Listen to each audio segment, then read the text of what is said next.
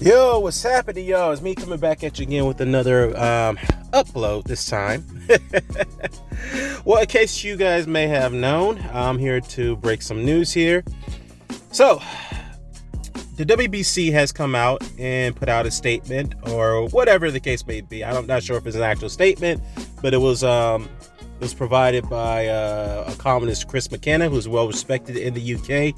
He reports that the WBC has issued not saying a ruling, but they have informed Dillian Whyte that he has 20 days from today. In other words, he has until February 21st to comply and sign on to the Tyson Fury fight, which also means that he must provide a written proof of the signed contract within that time span. If you ask me, it should never have come down to this, because ever since they lost the purse bid, Whyte and Hearn has been extremely silent, which is very odd. And I've already expressed my point. I already expressed my concerns and my point about what I believe what's going on here is the fact that they're trying to maneuver their way out of this fight, given the fact that they have not gotten control of it. Let's be real. They haven't gotten control of the fight. They lost the purse bid, which means Frank Warren and Bob Arum, top rank, Queensberry, whatever you want to call it, they are allowed to do whatever they want with Dillian Whyte. They're allowed to do whatever they want with him. And it seems to me that Eddie Hearn is in Dillian Whyte's ear. He's advising him to pretty much pull out of the fight. I can get you some better fights. Not saying better fights, but I can get you higher paydays, or I can position yourself where you could be one. You could be a bigger draw than going through the Fury fight where you have no advantages whatsoever. So I see that's what's happening right now, and I also believe that there's a possibility that he might persuade Dillian Whyte to take the fight with Alexander Usyk, just to get to take some pressure off Joshua for going back in there in a straight fight against him, which I strongly still believe that that's not a good idea for Joshua to go back in there against Usyk at this time. Let's be real.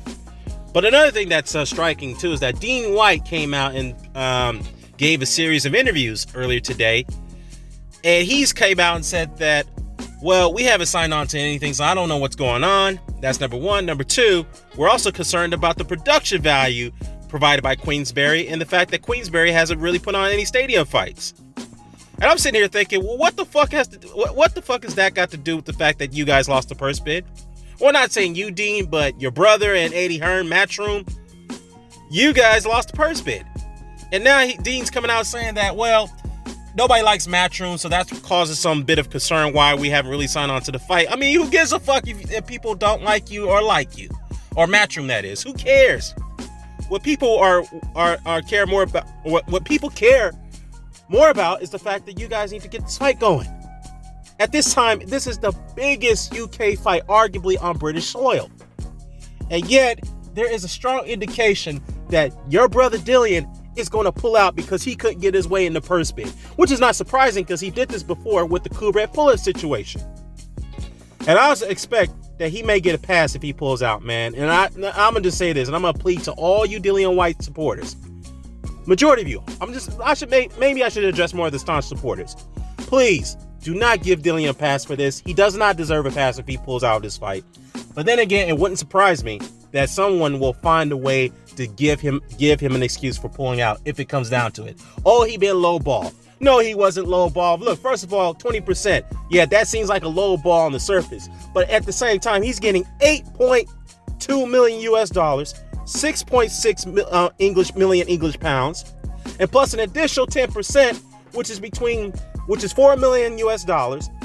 In other words, 2.5 million English pounds. Should he beat Fury? Not only he gets that bonus, should he win, he also gets the title. He gets the Ring Magazine title and the Lineal title. So I don't understand, why is he holding back from this? Again, I think it's more than just a purse split. I think it's given the fact that they don't have control of the fight. I think this is what this is about. They don't have control of the fight, and they're trying to find a way to maneuver out of it so that way they don't look bad. The way I look at it is you're going to look bad either way if you pull out. Dillian, that is. Man, this is getting frustrating. It shouldn't even come down to the fact that you got the sanctioning body telling you that you have 20 days to sign a contract to the fight after you've lost a purse bid. Let me know what your thoughts about this. I'm out.